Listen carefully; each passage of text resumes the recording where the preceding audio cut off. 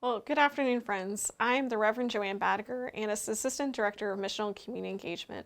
One of my responsibilities is to be a leader for efforts surrounding disaster relief in our connection.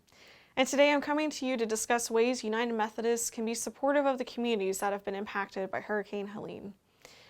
I imagine you, like me, have seen images coming from around the Southeast in the wake of this catastrophic storm.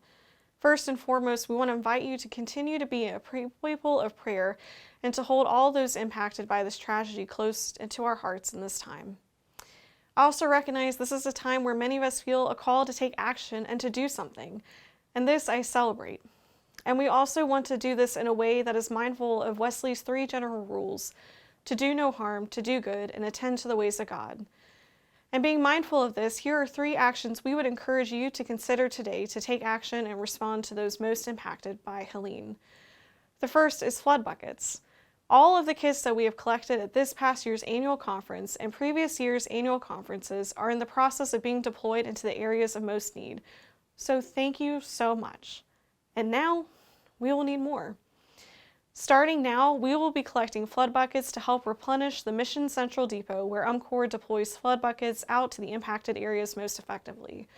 This ensures that every area that has been impacted by Helene can get timely assistance.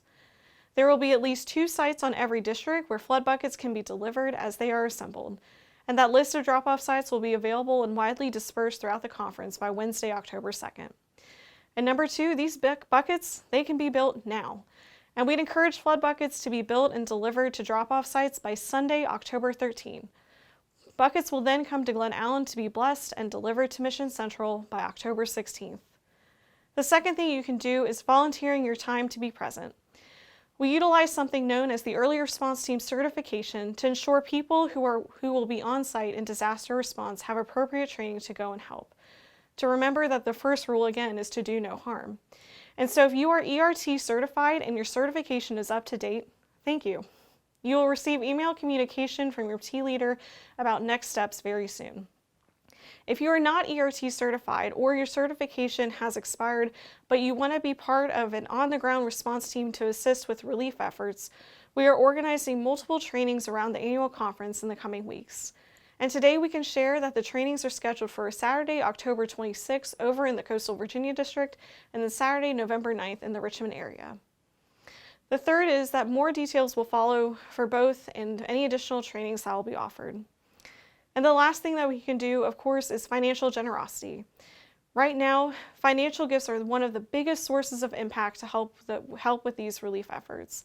When you give to disaster relief through UMCOR, 100% of everything you give goes directly to support this work. All of this information and opportunity to help has a landing page on our website at vaumc.org/Helene.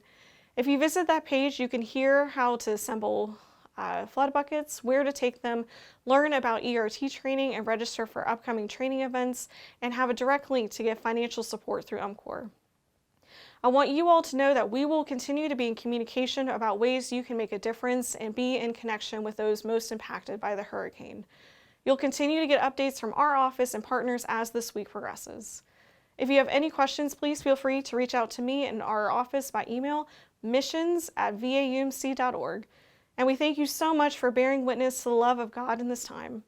Please be praying, be preparing, and be providing. This is the power and the beauty of what it means to be a church in connection.